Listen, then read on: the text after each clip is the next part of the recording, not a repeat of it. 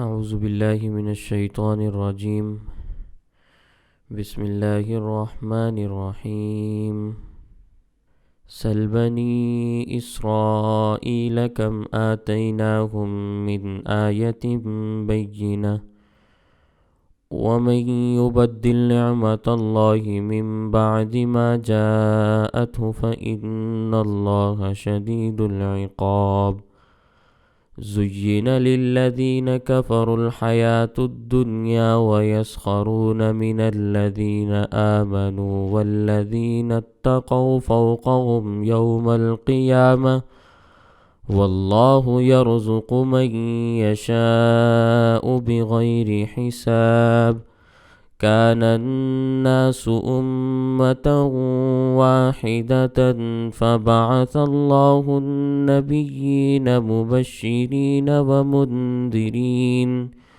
ومنذرين وأنزل معهم الكتاب بالحق ليحكم بين الناس فيما اختلفوا فيه وما اختلف فيه إلا الذين أوتوه من بعد ما جاءتهم البينات بغيا بينهم فهدى الله الذين آمنوا لما اختلفوا فيه من الحق بإذنه والله يهدي من يشاء إلى صراط مستقيم صدق اللہ العظیم۔ سل بنی اسرائیل، آپ سوال کریں بنی اسرائیل سے، کم آتیناہم، کتنی ہم نے دی ان کو، من آیتن، اپنی قدرت کی نشانیاں، بینتن، واضح انداز میں، ومن یبدل، اور جس نے بدل ڈالی، نعمت اللہ، اللہ کی نعمت، من بعد ما جاءتہ، باوجود اس کے کہ اس کے پاس نعمت بھی آ گئی، فإن اللہ، تو بے شک اللہ تعالی، شدید العقاب، سخت سزا دینے والے ہیں، زین للذین کفروا، مزین کی گئی ان لوگوں کے لیے جو کافر ہیں، الحیات الدنیا، دنیا کی زندگی، ویسخرون، اور وہ مسخرہ کرتے ہیں، پاگل پن کرتے ہیں، من الذین، ان لوگوں سے، آمنو، جو ایمان لائے ہیں، والذین اتقوا، حالانکہ وہ لوگ جو کفر اور شرک سے بچتے ہیں، یعنی تقوی اختیار کرتے ہیں،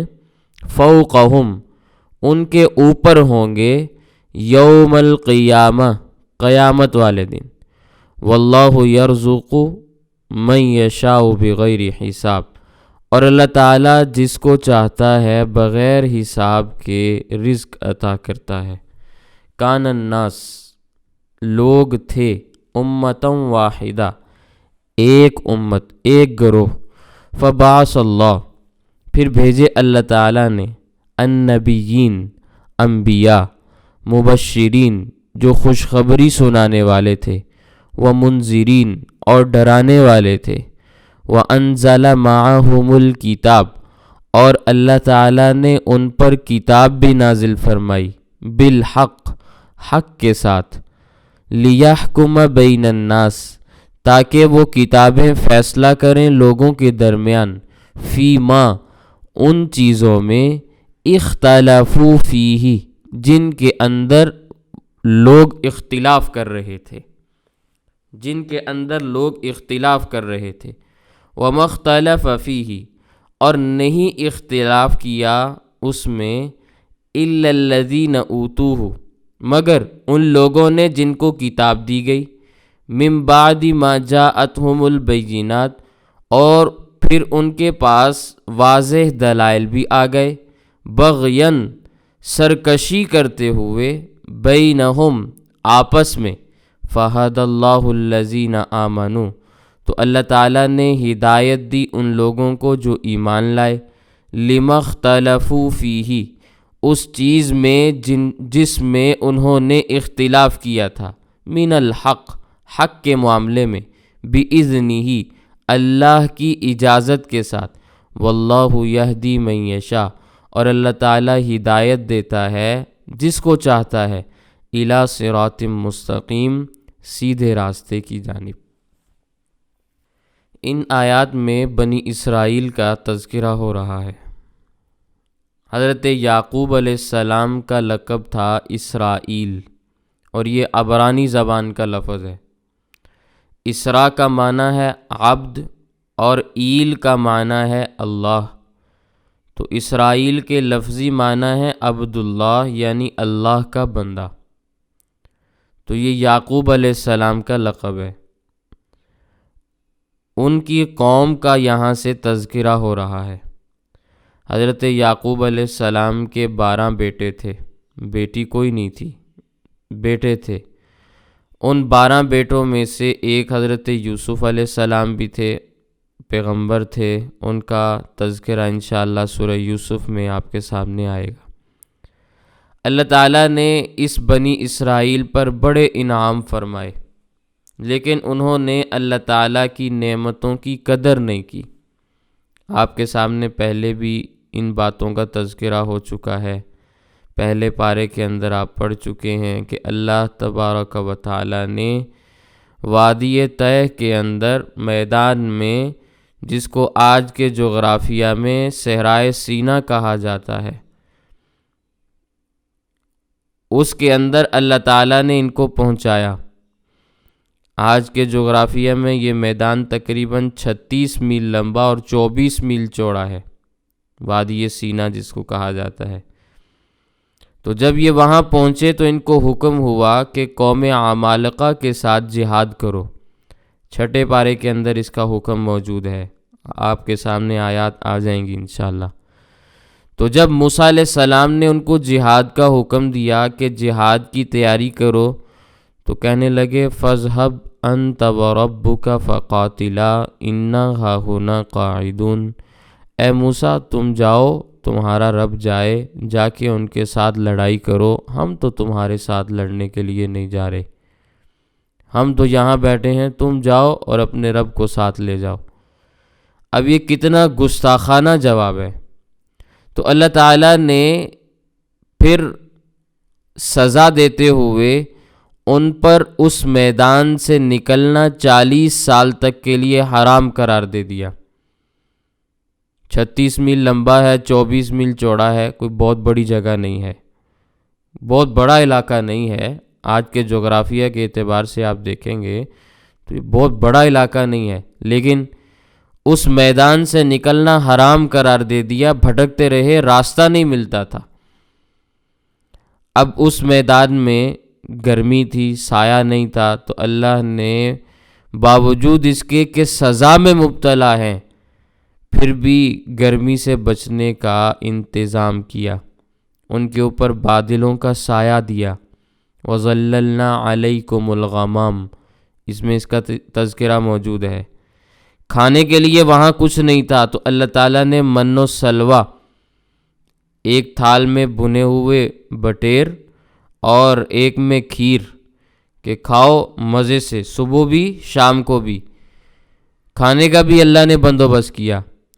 پانی کا انتظام نہیں تھا، اللہ تعالیٰ نے موسیٰ علیہ السلام کو حکم دیا کہ فلاں پتھر پر ڈنڈا مارو، اس سے چشمے نکلیں گے۔ پتھر کافی بڑا تھا، 12 چشمے اس سے جاری ہوئے۔ آج کے زمانے میں یہ چیزیں ہمیں سمجھ میں نہیں آ سکتی، لیکن اللہ نے ان پر یہ انعامات کیے۔ اور پھر جب وہ ہجرت کر کے چلنے لگے تو فرعون کی فوجیں آ گئیں۔ آگے بحر قلزم ہے، جس سے نکلنے کے لیے ان کے پاس گزرنے کے لیے کوئی راستہ نہیں ہے۔ اللہ نے ان کے لیے دریا کو پھاڑ دیا، راستے خشک ہو گئے، یہ سارے کے سارے گزر گئے، پانی اس طرح کھڑا ہو گیا، فَكَانَ كُلِّ فِرْقٍ كَالطَّوْدِ الْعَظِيمِ، جس طرح دیواریں کھڑی ہوتی ہیں، اور دیواروں میں بھی شیشے لگے ہوئے ہیں کہ ایک دوسرے کو گزرتا ہوا دیکھ بھی رہے ہیں۔ یوں اللہ نے ان پر انعام کیا۔ پھر اللہ تعالیٰ نے دنیاوی لحاظ سے تو چیزیں دیں، دینی اعتبار سے بھی 4000 پیغمبر بنی اسرائیل میں بھیجے، 3 مشہور آسمانی کتابیں اللہ نے انہی میں نازل کی، زبور، تورات، انجیل بنی اسرائیل میں نازل ہوئی۔ اللہ نے ان کو ظاہری نعمتیں بھی بہت دیں، باطنی نعمتیں بھی عطا کیں، لیکن پھر بھی ان ظالموں نے کسی نعمت کی قدردانی نہیں کی، بلکہ وَيَقْتُلُونَ النَّبِيِّينَ بِغَيْرِ حَقٍّ، ایک دن میں انہوں نے کئی انبیاء کو شہید کیا، ناحق قتل کیا۔ حضرت یحییٰ علیہ السلام کو شہید کیا، حضرت زکریا کو شہید کیا، حضرت شعیہ کو شہید کیا، اس کے علاوہ کئی انبیاء کا تذکرہ آتا ہے۔ ایک مومن کے متعلق حدیث پاک کے اندر آتا ہے کہ دنیا کا فنا ہو جانا اللہ کے نزدیک ایک مومن کے قتل ناحق سے زیادہ آسان ہے، کہ مومن کا قتل کر دینا زیادہ بڑا گناہ ہے دنیا کے فنا ہو جانے سے۔ دنیا کا فنا ہو جانا اتنی بڑی بات نہیں، مومن کا قتل ہو جانا اس سے بڑی بات ہے۔ تو پھر پیغمبر تو پیغمبر ہے، اس کے قتل کا کتنا بڑا گناہ ہوگا۔ اس وجہ سے اللہ تعالیٰ نے پھر ان پر عذاب نازل فرمایا۔ عذاب کا ذکر بھی قرآن کریم کے اندر موجود ہے۔ ان میں سے بعض لوگوں پر اللہ تعالیٰ نے طاعون کی بیماری مسلط فرمائی، چند گھنٹوں کے اندر 70,000 کے قریب بنی اسرائیلی ہلاک ہو گئے۔ بعض کو اللہ تعالیٰ نے بندر اور خنزیر بنایا، وَجَعَلَ مِنْهُمُ الْقِرَدَةَ وَالْخَنَازِيرَ۔ بعض لوگ ایسے تھے کہ ان کے اوپر طوفان کا عذاب آیا، بعض لوگ ایسے تھے کہ اللہ نے ان پر مینڈکوں کو مسلط کر دیا۔ تو اس قسم کے پھر اللہ تعالیٰ نے ان کو عذاب بھی دیے۔ تو یہاں بنی اسرائیل کا تذکرہ ہے، سل بنی اسرائیل، تو سوال کر بنی اسرائیل سے، کم آتیناہم من آیۃ بینہ، کتنی دی ہم نے ان کو قدرت کی نشانیاں، ہم نے کتنی ان کو نشانیاں عطا کیں۔ وَمَن يُبَدِّلْ نِعْمَتَ اللَّهِ، اور جو شخص اللہ کی پھر نعمتوں کو تبدیل کر دے، من بعد ما جاءتہ، باوجود اس کے کہ اس کے پاس وہ نعمتیں آ چکیں، فإن اللہ شدید العقاب، تو پھر اللہ تعالیٰ بھی سخت عذاب دینے والا ہے۔ اللہ تعالیٰ نے ان کو کیسی کیسی سزائیں دیں، بندر بنایا، خنزیر بنایا، چہرے مسخ ہو گئے۔ ایک قوم کو اللہ نے چوہا بنایا، 3 دن کے اندر وہ لوگ مر گئے، کوئی بھی ان میں نہ بچا۔ تو جو شخص اللہ تعالیٰ کی نعمت کو تبدیل کرتا ہے، اللہ تعالیٰ اس کو سخت سے سخت سزا دیتے ہیں۔ اسی کا تذکرہ اللہ تعالیٰ نے ان آیات میں فرمایا۔ پھر آگے فرمایا، زُيِّنَ لِلَّذِينَ كَفَرُوا، مزین کی گئیں ان لوگوں کے لیے جو کافر ہیں، الحیات الدنیا، دنیا کی زندگی، دنیا کی زندگی کافروں کے لیے مزین کر دی گئی۔ کافروں کی نگاہ میں دنیا ہی ہے، دنیا کی ترقی، دنیا کا عروج ان کے سامنے ہے، اور بس یہی ان کے سامنے ہے، اس کے علاوہ کچھ نہیں ہے۔ اور یہ کافر وَيَسْخَرُونَ مِنَ الَّذِينَ آمَنُوا، مذاق اڑاتے ہیں ان لوگوں کا جو ایمان لائے ہوئے ہیں، ان کے پھٹے پرانے کپڑے دیکھ کر، ان کی غربت کو دیکھ کر ان کا مذاق اڑاتے ہیں۔ اللہ تعالیٰ فرماتے ہیں سن لو، اچھے طریقے سے بات کو محفوظ کر لو۔ وَالَّذِينَ اتَّقَوْا، اور وہ لوگ جو کفر اور شرک سے بچے ہوئے ہیں، تقوی اختیار کیے ہوئے ہیں، فوقہم، ان کافروں کے اوپر ہوں گے، یوم القیامہ، قیامت کے دن۔ اونچے اس لحاظ سے ہوں گے کہ جنت کا جو محل وقوع ہے وہ اوپر ہے، دوزخ نیچے ہے۔ جنت اوپر ہے، دوزخ نیچے ہے، تو درجے کے اعتبار سے مومن اوپر ہوں گے، کافر نیچے ہوں گے۔ زمین اور آسمان سے بھی بڑا فرق ہے یہ۔ 8ویں پارے کے اندر بھی آتا ہے، اس کا ترجمہ میں عرض کر دیتا ہوں کہ جنت والے دوزخ والوں کو پکار کر کہیں گے کہ ہم نے اس وعدے کو سچا پا لیا جو ہمارے پروردگار نے ہم سے کیا تھا۔ اللہ نے ہم سے جنت کا وعدہ کیا تھا نا، تو آج ہم نے جنت کو پا لیا۔ جو وعدہ ہم سے ہمارے پروردگار نے کیا تھا، ہم اس وعدے تک پہنچ گئے۔ ہم سے کیا گیا وعدہ سچا تھا۔ کیا جو وعدہ تم سے تمہارے رب نے کیا تھا تم نے بھی اسے پا لیا؟ دوزخیوں سے سوال ہوگا۔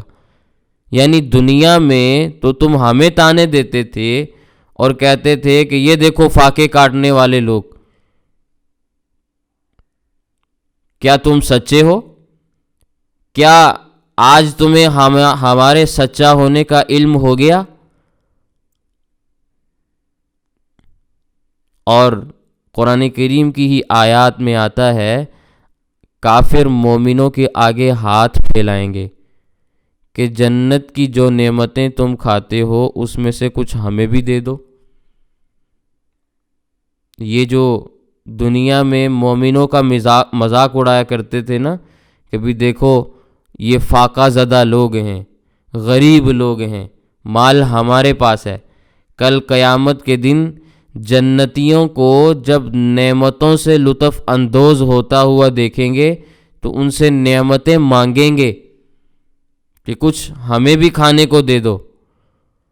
اس وقت مومن جواب یہ دیں گے ان اللہ حرمہما علی الکافرین۔ قرآن کریم کی آیت ہے کہ ہم یہ پانی اور رزق تمہیں دینے کے مجاز نہیں ہے، ہمیں اجازت نہیں ہے، اس لیے کہ اللہ تعالیٰ نے یہ رزق اور پانی کافروں پر حرام قرار دے دیا ہے۔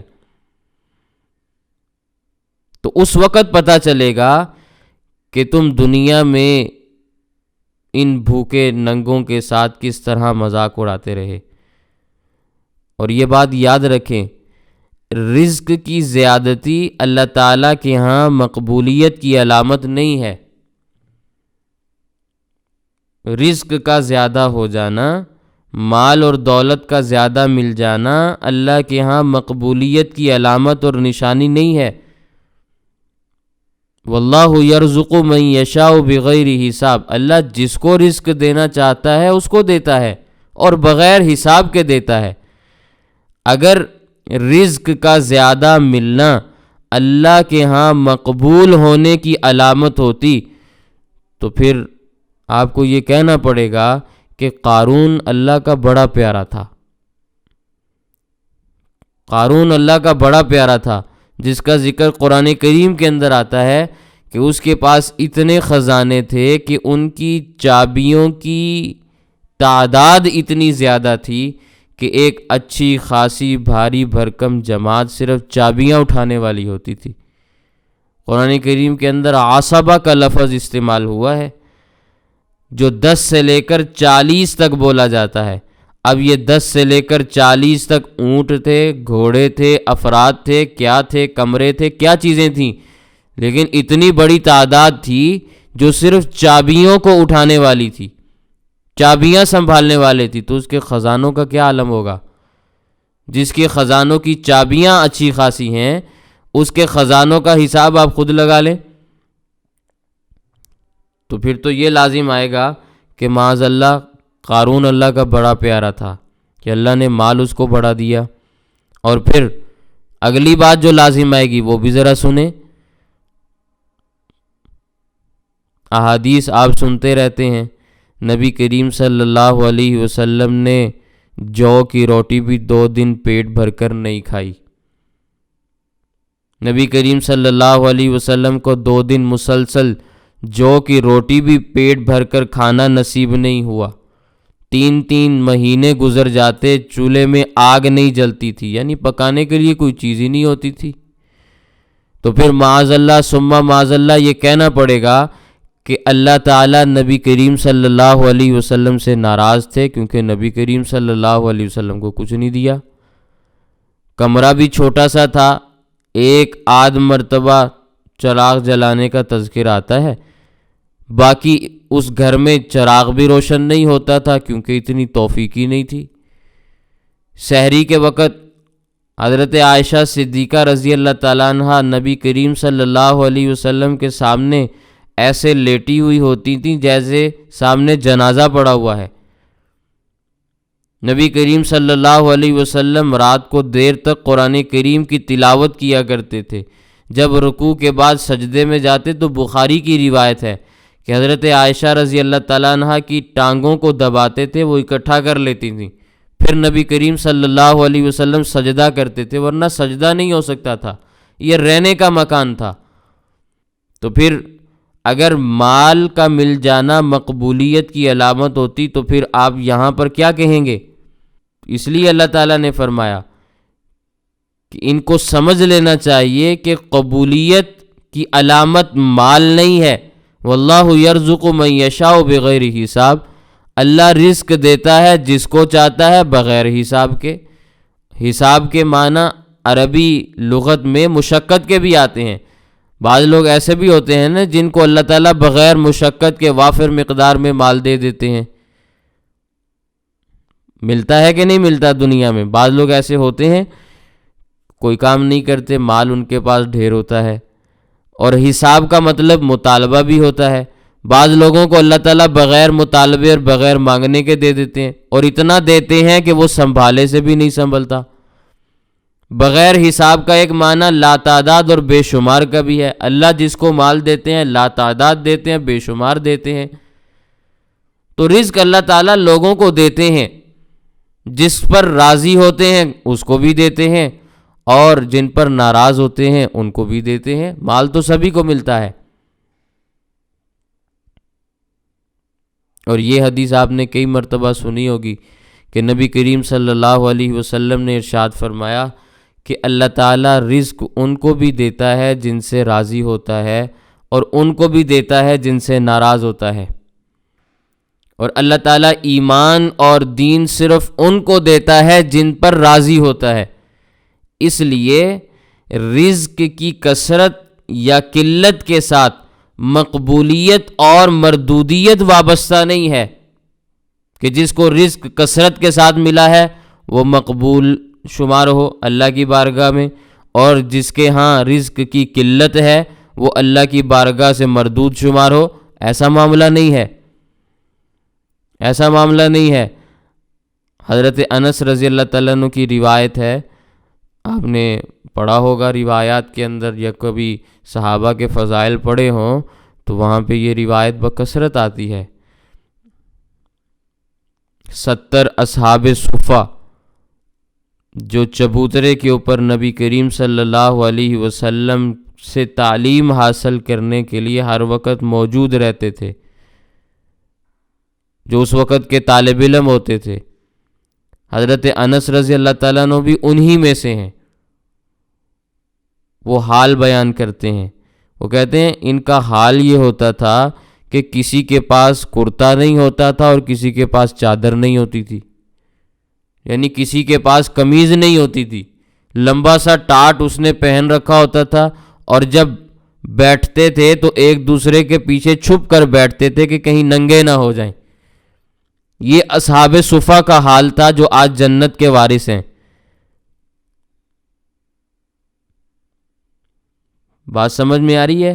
اور پھر اسی مدینہ منورہ میں رہنے والا ایک شخص جس کا نام عبداللہ بن ابی تھا، جو رئیس المنافقین تھا، مالدار تھا، جس کا جنازہ نبی کریم صلی اللہ علیہ وسلم نے پڑھایا۔ صحابہ اللہ کے نبی صلی اللہ علیہ وسلم کے پیچھے کھڑے ہوئے۔ اندازہ لگائیں، یہ ہمارا نظریہ ہے کہ دنیا کے کروڑوں اولیاء مل کر بھی ایک صحابی کا درجہ حاصل نہیں کر سکتے۔ یہ رئیس المنافقین تھا، منافقوں کا سردار تھا۔ نبی کریم صلی اللہ علیہ وسلم نے اپنا کرتا مبارک اپنے جسم مبارک سے اتار کر اس کو بطور کفن پہنایا، اپنا لعاب مبارک اس کے جسم پر لگایا۔ اس سے زیادہ کوئی اور کام ہو سکتا تھا؟ لیکن قرآن کریم میں اللہ تعالیٰ نے کیا فرمایا؟ ان تستغفر لهم 70 مرۃ لن یغفر اللہ لهم، اگر آپ اس کے لیے 70 مرتبہ بھی استغفار کریں گے اللہ پھر بھی اس کو معاف نہیں کرے گا، پھر بھی اللہ اس کو معاف نہیں کرے گا۔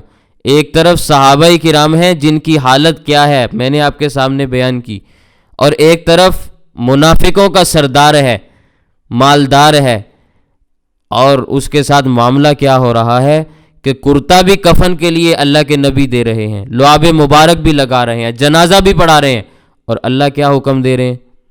ان تستغفر لهم 70 مرة لن یغفر اللہ لهم، اگر آپ اس کے لیے 70 مرتبہ بھی استغفار کریں گے۔ اور آپ یہ بات سمجھیں، کلام عرب کے اندر 70 کا لفظ استعمال ہوتا ہے لا تعداد عدد کو بیان کرنے کے لیے، یعنی ایسے عدد جن کو شمار نہ کیا جا سکے۔ 70 سے مراد گنتی کے 70 نہیں ہے، بے شمار ہیں۔ جتنی مرتبہ بھی آپ استغفار کریں گے ہم ان کو معاف نہیں کریں گے۔ اس سے ایک بات اور بھی سمجھ میں آتی ہے، وہ بھی سمجھیں، ہر شخص کا جنازہ نہیں پڑھا جاتا۔ آج لوگ کہتے ہیں نا کہ بھئی یہ مولویوں کی لڑائیاں ہیں، مرتے وقت بھی معاف نہیں کرتے، اور کہتے ہیں فلاں کا جنازہ پڑھنا ہے، فلاں کا نہیں پڑھنا۔ اللہ کے نبی صلی اللہ علیہ وسلم نے جنازہ پڑھایا۔ آج لوگ کہتے ہیں، دلیل کے طور پر بات پیش کرتے ہیں کہ اللہ کے نبی صلی اللہ علیہ وسلم نے تو منافقوں کے سردار کا جنازہ پڑھایا تھا۔ بھی اللہ نے منع بھی کیا تھا۔ ایک آیت تو میں نے آپ کے سامنے سورۃ التوبہ کی تلاوت کر دی نا، کہ اللہ تعالیٰ نے فرمایا کہ 70 مرتبہ بھی جنازہ پڑھو گے میں نہیں بخشوں گا۔ اور دوسرا، اللہ تعالیٰ نے منع فرمایا کہ آج کے بعد کبھی بھی کسی مشرک اور منافق کے جنازے کے لیے کھڑا نہیں ہونا۔ تو جب اللہ تعالیٰ منع فرما دیں تو کیا اس عمل کو بطور دلیل آپ پیش کر سکتے ہیں؟ اگر اللہ کے نبی صلی اللہ علیہ وسلم کا جنازہ پڑھانا نظر آتا ہے تو اللہ تعالیٰ کا روکنا نظر نہیں آتا؟ اس سے یہ بات سمجھ میں آتی ہے کہ ہر شخص کا جنازہ نہیں پڑھا جاتا، دیکھا جاتا ہے کہ وہ دین کو کتنا نقصان پہنچانے والا شخص تھا، کتنا فائدہ دینے والا شخص تھا۔ اگر وہ شخص ایسا ہو کہ اس کے وجود کی وجہ سے دین کو نقصان پہنچا ہو، شریعت کو نقصان پہنچا ہو، اس کے اعمال کی وجہ سے اسلامی شریعت کو نقصان پہنچا ہو، اس کے نظریات اس قسم کے ہوں کہ اگر وہ لوگوں کے درمیان معروف ہو جائے اور بڑے بڑے اہل علم اس کے جنازے میں کھڑے ہو جائیں تو وہ لوگوں کا مقتدا بن جائے گا، لوگ اس کو اپنا ہیرو بنا لیں گے، اپنا سربراہ یا اپنا مقتدا یا رہنما بنا لیں گے، اس کی تعظیم کرنے لگیں گے، تو ایسے شخص کے جنازے میں شرکت کی گنجائش نہیں ہے۔ مختصر انداز میں یہ بات کہی جا سکتی ہے، جس آدمی کا عقیدہ ٹھیک نہیں ہے اس کے جنازے میں شرکت نہیں کی جاتی۔ اگلی بات سمجھیں، کان الناس امۃ واحدہ، لوگ ایک جماعت پر تھے، لوگ ایک جماعت تھے، ایک امت تھے۔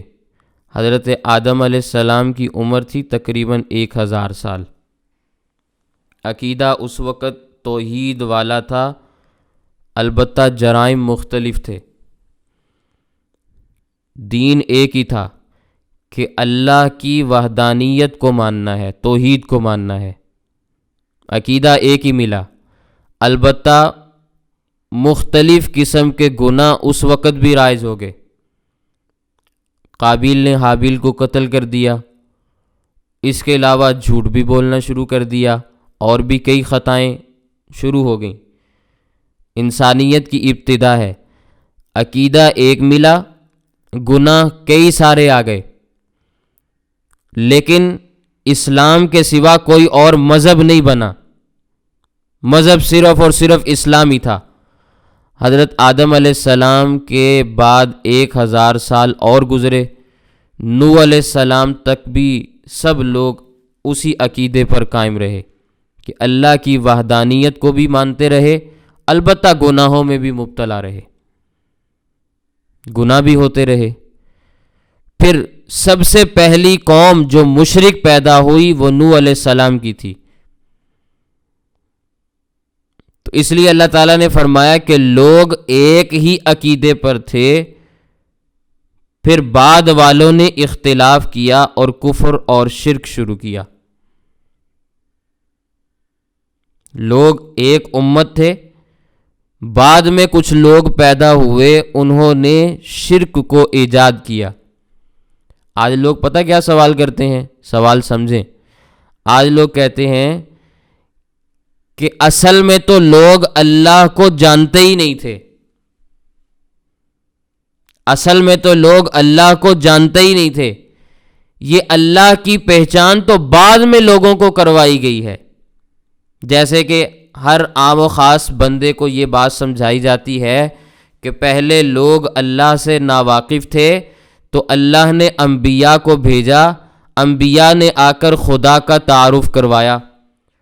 تم آج کے ملحد اسی بات کو دلیل بناتے ہیں، وہ کہتے ہیں کہ بھئی لوگوں کے ہاں تو اللہ کو ماننے کا رواج ہی نہیں تھا، یہ تو بعد میں کانسیپٹ شروع ہوا کہ اللہ کے وجود کا اقرار کروایا جائے۔ حالانکہ یہ بات 100% غلط ہے۔ پہلا انسان جو زمین کے اوپر آیا وہ آدم ہے، وہ اللہ کی وحدانیت کا قائل تھا، اس کی اولاد بھی قائل تھی، اس کی اولاد در اولاد قائل تھی، یہ تو بعد میں لوگوں نے انکار شروع کیا۔ دو باتیں الگ الگ ہیں۔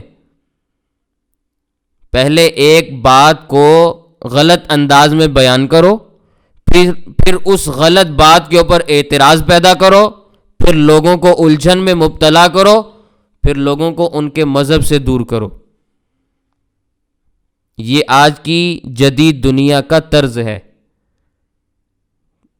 اور یہ کوئی ایسی بات نہیں ہے کہ میں کوئی اجنبی بات کہہ رہا ہوں۔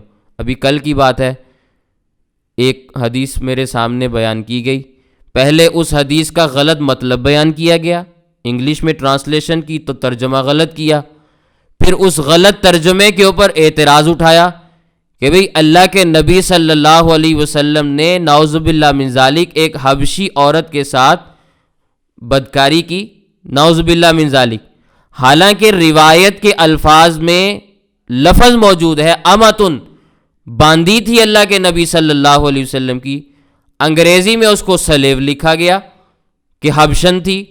پھر کہا گیا کہ دیکھو بھئی ایک حبشی عورت کے ساتھ کس بنیاد پر یہ کام کیا گیا، تو یہ مسلمانوں کا نبی کیسا نبی ہے؟ یہ کوئی پرانی بات نہیں کر رہا، کل کا سوال ہے۔ تو پہلے ترجمہ غلط کرو، پھر اس کی تشریح غلط بیان کرو، پھر اس کے اوپر اعتراض اٹھاؤ، پھر لوگوں کو کہو کہ بھی تمہارا مذہب ایسا ہے۔ یہی معاملہ یہاں پہ ہے کہ اللہ تعالیٰ کے وجود کو جو لوگ تسلیم نہیں کرتے، آج کے ملحد وہ یہی بات کہتے ہیں کہ بھی اللہ کو ماننے کا تو رواج دنیا میں تھا ہی نہیں، اللہ کو تو کوئی بھی نہیں جانتا تھا، یہ تو لوگوں نے بعد میں آ کر یہ بات بیان کرنی شروع کی کہ اس کائنات کو بنانے والا بھی کوئی ہے۔ یہ بات غلط ہے۔ اللہ نے جب کائنات کو بنایا اور اس کائنات کو بنانے کے بعد جب پہلے انسان کو اس دھرتی کے اوپر بھیجا، اس کو اپنا وجود منوا کر بھیجا تھا، وہ اللہ کی وحدانیت کا قائل تھا، اس کی اولاد بھی قائل تھی۔ یہ تو بعد میں فساد پیدا ہوا کہ لوگوں نے اللہ کی ذات کا انکار کرنا شروع کیا، تو ملحد بعد میں پیدا ہوئے ہیں، ایمان والے پہلے سے موجود تھے۔ سمجھ گئے میری بات؟ تو خیر، نوح علیہ السلام کی قوم میں شرک کی بیماری پیدا ہوئی، تو اللہ تعالیٰ نے فرمایا کہ لوگ ایک ہی عقیدے پر تھے، کان الناس امۃ واحدہ فبعث اللہ النبیین، پھر جب لوگوں نے اختلاف کیا، کفر اور شرک پیدا کرنا شروع کیا، تو پھر اللہ تعالیٰ نے پیغمبر بھیجے، مبشرین، نیکیوں کو، نیک لوگوں کو جو نیکوکار ہیں ان کو خوشخبری سنانے کے لیے پیغمبر بھیجے کہ تم پر اللہ تعالیٰ راضی ہوگا، تم پر اللہ کی رحمتیں نازل ہوں گی، مرنے کے بعد تمہاری زندگی بڑی آسان ہوگی، تمہیں جنت میں داخل کیا جائے گا۔ ومنذرین، اور نافرمانوں کو ڈرانے والا کہ کفر اور شرک چھوڑ دو، ورنہ دنیا میں بھی تم پر اللہ کا عذاب آ سکتا ہے، قبر کا عذاب الگ ہے، آخرت کا عذاب الگ ہے، دوزخ کا عذاب دائمی ہے۔ ان کو ڈرانے کے لیے اللہ تعالیٰ نے انبیاء بھیجے، فبعث اللہ النبیین، پھر اللہ نے پیغمبر بھیجے، مبشرین، خوشخبری دینے کے لیے، ومنذرین، اور ڈرانے کے لیے بھی، وانزل معہم الکتاب، اور اللہ نے پیغمبروں پر کتابیں بھی نازل فرمائی، صحیفے بھی نازل کیے، وحی بھی نازل فرمائی، بالحق، حق دے کر ان کو بھیجا۔ جو کتابیں نازل کیں، انبیاء آئے تو بھی برحق طریقے سے، وہ حق پر مشتمل تھے، یعنی حق بات کہتے تھے، حق کا ساتھ دیتے تھے، حق بیان کرتے تھے۔ جو کتاب ان کو دی اس میں بھی حق بات لکھی ہوئی تھی۔ اب حق کے ساتھ ان کو کیوں بھیجا؟ لِيَحْكُمَ بَيْنَ النَّاسِ، تاکہ وہ فیصلہ کر سکیں لوگوں کے درمیان، فِي مَا اخْتَلَفُوا فِيهِ، ان چیزوں میں جن میں لوگ اختلاف کر رہے تھے، جھگڑ رہے تھے۔ لوگوں کے درمیان جو اختلافات تھے، جو لڑائیاں تھیں، جو جھگڑے تھے، ان کے درمیان فیصلہ کرنے کے لیے، انصاف والا فیصلہ کرنے کے لیے ضروری تھا کہ درمیان میں کوئی شخصیت آتی جو حق پر مشتمل ہوتی، حق کا ساتھ دینے والی ہوتی۔ تو اللہ نے انبیاء کا سلسلہ شروع فرمایا۔ تو جب اختلاف شروع ہوا تو اللہ نے پیغمبر بھیجے تاکہ حق کو واضح کیا جائے اور باطل کو بھی واضح کیا جائے اور بتلا دیا جائے کہ یہ حق ہے اور یہ باطل ہے، حق کو اپنانا ہے، باطل کے نزدیک نہیں جانا۔ اس لیے اللہ تعالیٰ نے انبیاء کے سلسلے کو شروع فرمایا۔ وَمَا اخْتَلَفَ فِيهِ، اور نہیں اختلاف کیا اس میں، إِلَّا الَّذِينَ أُوتُوهُ، مگر ان لوگوں نے جن کو کتابیں دی گئی تھیں۔ جن کو کتابیں دی گئی انہوں نے ہی اختلاف کرنا شروع کر دیا۔ کتاب تو اس لیے دی گئی تھی کہ کتاب کے ہوتے ہوئے اختلاف نہ کرنا، لیکن انہوں نے کتاب کو بدل کر اس میں بھی اختلاف ڈال دیا۔ من بعد ما جاءتهم البینات، باوجود اس کے کہ واضح نشانی، واضح دلیل انبیاء کی صورت میں، انبیاء کے ساتھ جو کتاب آئی اس کتاب کی صورت میں ان کے پاس واضح ہو چکی تھی، لیکن پھر بھی ان لوگوں نے اختلاف کیا۔ اب جن لوگوں نے اختلاف کیا وہ اس وجہ سے اختلاف میں مبتلا نہیں تھے کہ اب ان کے پاس حق نہیں ہے، پہلے ان کے پاس حق نہیں تھا تو اللہ نے حق کو نازل کر دیا۔ اب حق کو قبول اس لیے نہیں کر رہے کہ ضد پر آ چکے ہیں، اب حق کے ساتھ ان کو عناد اور دشمنی پیدا ہو چکی ہے، اب وہ ضد کی بنیاد پر حق کو قبول نہیں کر رہے۔ اب معاملہ یہ ہے، اسی کو قرآن کریم میں اللہ نے بیان کیا کہ یہ اختلاف کیوں کر رہے ہیں؟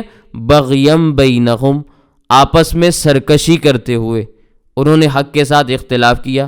فہد اللہ الذین آمنوا، پھر اللہ تعالیٰ نے ہدایت دی ان لوگوں کو جنہوں نے ایمان کو قبول کیا۔ جنہوں نے ایمان کو قبول کیا ان لوگوں کو اللہ نے ہدایت دے دی۔ لما اختلفوا فیہ من الحق، اس چیز میں ہدایت دی جس میں لوگ اختلاف کر رہے تھے۔ پہلے والے لوگ جس اختلاف اور لڑائی میں پڑے ہوئے تھے، ایمان والوں کو اللہ نے اس لڑائی سے نجات دے دی، ہدایت مل گئی نا، ایمان قبول کر لیا۔ تو اللہ تعالیٰ نے ایمان والوں کو حق قبول کرنے کی توفیق عطا فرما دی، بِإِذْنِهِ، اپنے حکم اور اپنی مہربانی سے۔ اللہ نہ چاہتے تو وہ بھی ایمان نہیں قبول کر سکتے تھے، لیکن اللہ نے ان کو توفیق دی، اپنے فضل فرمایا، اپنے حکم اور اپنی مہربانی سے ان کو ایمان والا بنا دیا۔ واللہ یہدی من یشاء، اور اللہ تعالیٰ جسے چاہتا ہے ہدایت دیتا ہے، الی صراط مستقیم، سیدھے راستے کی جانب۔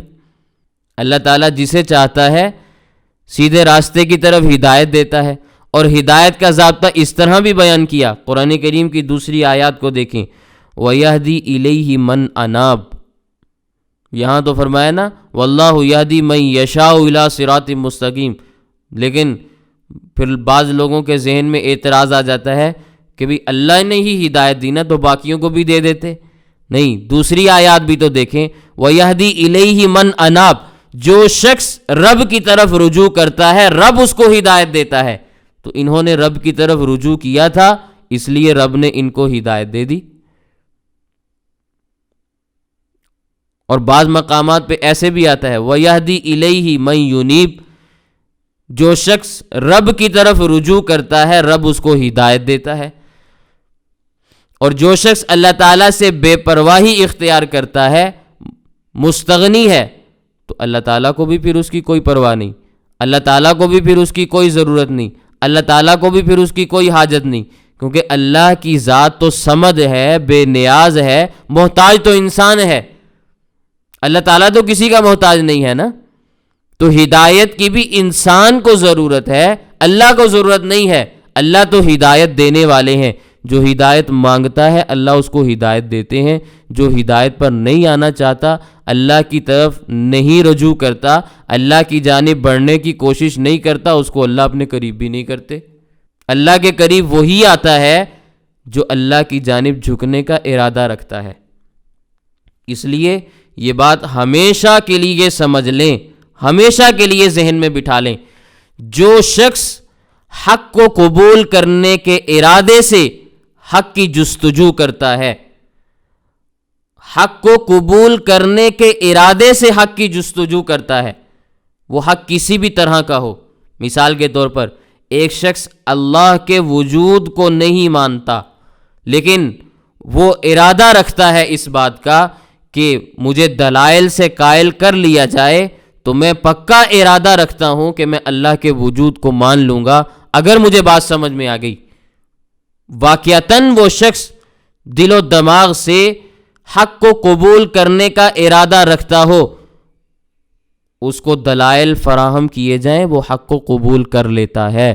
اور ایسے ایک نہیں کئی افراد ہیں اس دنیا میں، اور روزانہ کئی افراد اللہ کے وجود کو تسلیم کرتے ہیں، لیکن جو ملحد ہے اس کے بارے میں یہ بات ذہن میں رکھیں، وہ جھوٹ بولتا ہے کہ میں حق کو قبول کرنے کا متلاشی ہوں، میں حق کا متلاشی ہوں، میں ہدایت حاصل کرنا چاہتا ہوں، آپ مجھے دلائل دو۔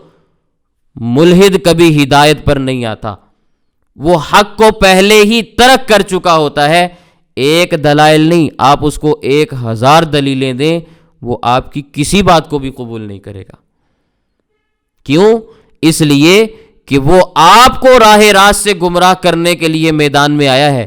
وہ نعرہ یہ لگا رہا ہے کہ مجھے دلیل دو، اصل میں وہ آپ کو سمجھانا چاہتا ہے کہ تم غلط راستے کے اوپر ہو، تم اپنا قبلہ درست کرو۔ لیکن وہ یہ تمہیں کہہ نہیں سکتا، اس لیے کہ تم نے اس کی بات ماننی نہیں، تم نے کہنا نہیں ہم ٹھیک ہیں تم غلط ہو، تو بات وہیں پہ ختم ہو جانی ہے۔ وہ کہتا ہے نہیں، میں بات کرنا چاہتا ہوں، دلائل لینا چاہتا ہوں، مجھے آپ بات سمجھاؤ۔ تو آپ کہتے ہیں ٹھیک ہے بھائی، ہم آپ کو بات سمجھاتے ہیں۔ آپ ایک بات اس کے سامنے بیان کرتے ہیں، وہ اس پہ اعتراض کر دیتا ہے۔ آپ دوسری بات بیان کرتے ہیں، وہ اس پہ اعتراض کر دیتا ہے۔ آپ تیسری بات بیان کرتے ہیں، وہ اس پہ اعتراض کر دیتا ہے۔ آپ چوتھی بات بیان کرتے ہیں، وہ اس پہ اعتراض لے آتا ہے۔ تو نتیجتاً آپ کا ذہن خراب ہونا شروع ہوتا ہے کہ یار ان پہ تو ہر چیز کے اوپر اعتراض ہے، ہر چیز کے اوپر اعتراض ہے۔ وہ اعتراض ہوتا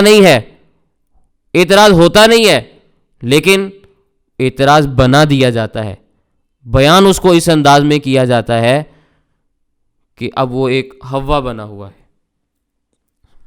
رات کا معاملہ ہے، ایک ہندوستان سے ملحد تھے، وہ کافی دنوں سے ایک خاتون ہے ان کو میسج کر رہے تھے کہ میں حق کو قبول کرنا چاہتا ہوں، میرے اگر سوالوں کے کوئی جواب دے دے تو میں اسلام کو قبول کر لوں گا۔ میں نے کہا بھی ٹھیک ہے، لے آئے ان کو میدان میں، آ گئے۔ میں نے پہلا سوال ان سے کیا کہ آپ کہاں کے رہنے والے ہیں؟ کہتے میں نہیں بتاتا۔ جو شخص حق کو قبول کرنا چاہے وہ اپنے آپ کو یوں چھپاتا ہے؟ پہلی بات کلیئر ہو گئی، ہم تو وہیں سے سمجھ گئے۔ میں نے دوسرا سوال پوچھا کہ آپ اسلام کو قبول کرنا چاہتے ہیں، سوال یہ ہے کہ اسلام کو قبول کرنے سے پہلے ابھی آپ کا کوئی مذہب ہے؟ آپ کس مذہب کے ماننے والے ہیں؟ دنیا میں کئی مذاہب ہیں، یہودی ہیں، عیسائی ہیں، ہندو ہیں، کس مذہب سے آپ کا تعلق ہے؟ کہنے لگے میرا کوئی مذہب نہیں ہے، میرا کوئی مذہب نہیں ہے۔ میں نے کہا یہ تو ممکن نہیں ہے، آپ کسی ایسے گھرانے میں پیدا ہوئے ہیں کہ آپ کے ماں اور باپ کا کوئی مذہب نہیں تھا؟ انہوں نے کہا نہیں میرا کوئی مذہب نہیں ہے، میں ملحد ہوں، ایتھیسٹ ہوں اور ایگنوسٹک ہوں۔ میں نے کہا بھی یہ پہلی بات تو یہ معذرت کے ساتھ میں عرض کرتا ہوں کہ یہ میرے سوال کا جواب نہیں ہے، کیونکہ ایتھیسٹ ہونا یا ایگنوسٹک ہونا یہ مذہب نہیں ہے، یہ لا مذہب ہے۔ آپ ایسے گھرانے میں پیدا ہوئے ہیں کہ آپ کے والدین لا مذہب ہیں، انہوں نے کہا نہیں نہیں، میرے والدین تو ہندو گھرانے سے تعلق رکھتے ہیں، میں ان کے ہاں پیدا ہوا ہوں، لیکن میرا یہ مذہب نہیں۔ میں نے کہا تم نے جھوٹ بولا ہے، تمہارا مذہب ہندو تھا، تم نے اس کو چھوڑ دیا ہے۔ یوں کہو کہ پہلے میں ہندو تھا اب نہیں ہوں، تو میرے سوال کا جواب ہو جائے گا۔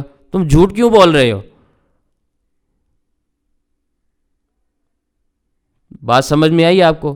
پھر میں نے کہا ایتھیسٹ ہونا الگ ہے، اگنوسٹک ہونا الگ ہے۔ آپ دونوں چیزوں کو اپنی ایک ہی زبان کے ساتھ ایک ہی وقت میں کیسے بیان کریں کہ میں یہ بھی ہوں میں یہ بھی ہوں؟